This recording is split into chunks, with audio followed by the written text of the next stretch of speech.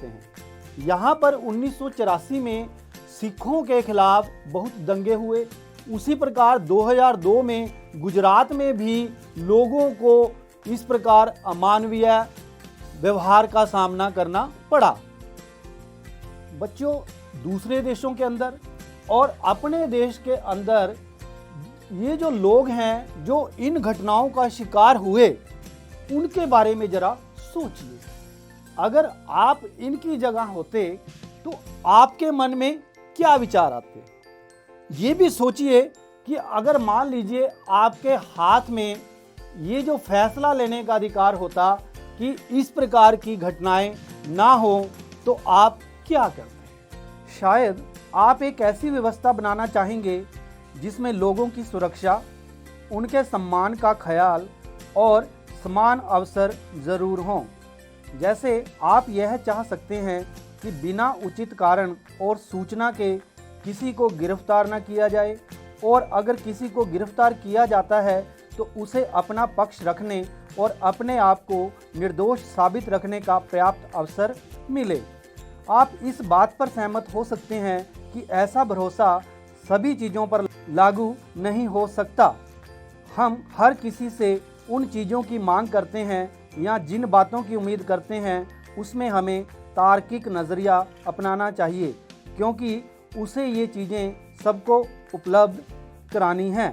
पर आप इस बात पर जोर दे सकते हैं कि आश्वासन सिर्फ कागज़ों में ही ना रहे, उन पर अमल भी हो, और जो लोग ऐसा ना करें उनको सज़ा भी मिले।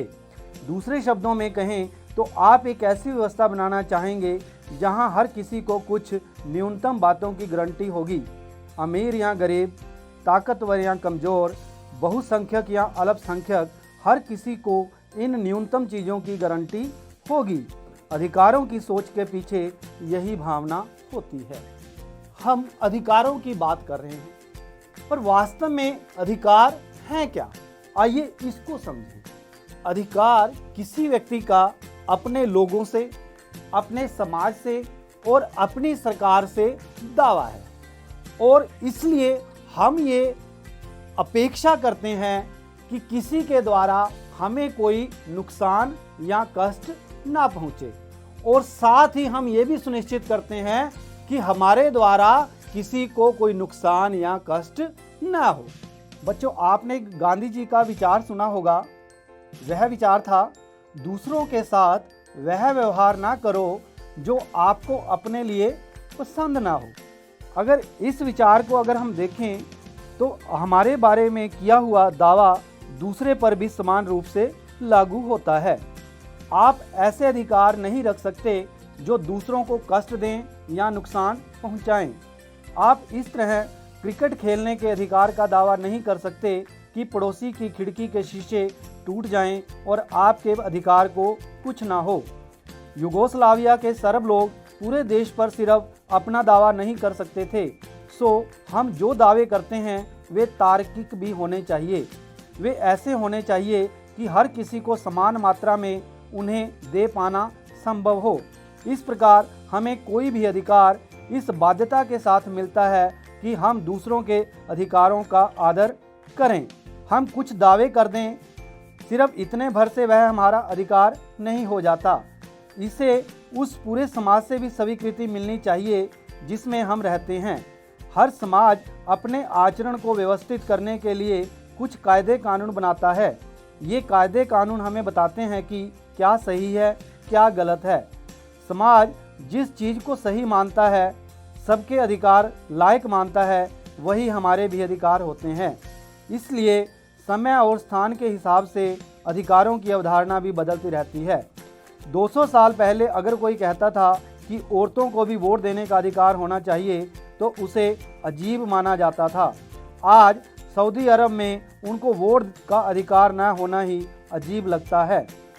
इसी प्रकार जब समाज में मान्य कायदों को लिखित पढ़त में ला दिया जाता है तो उनको असली ताकत मिल जाती है।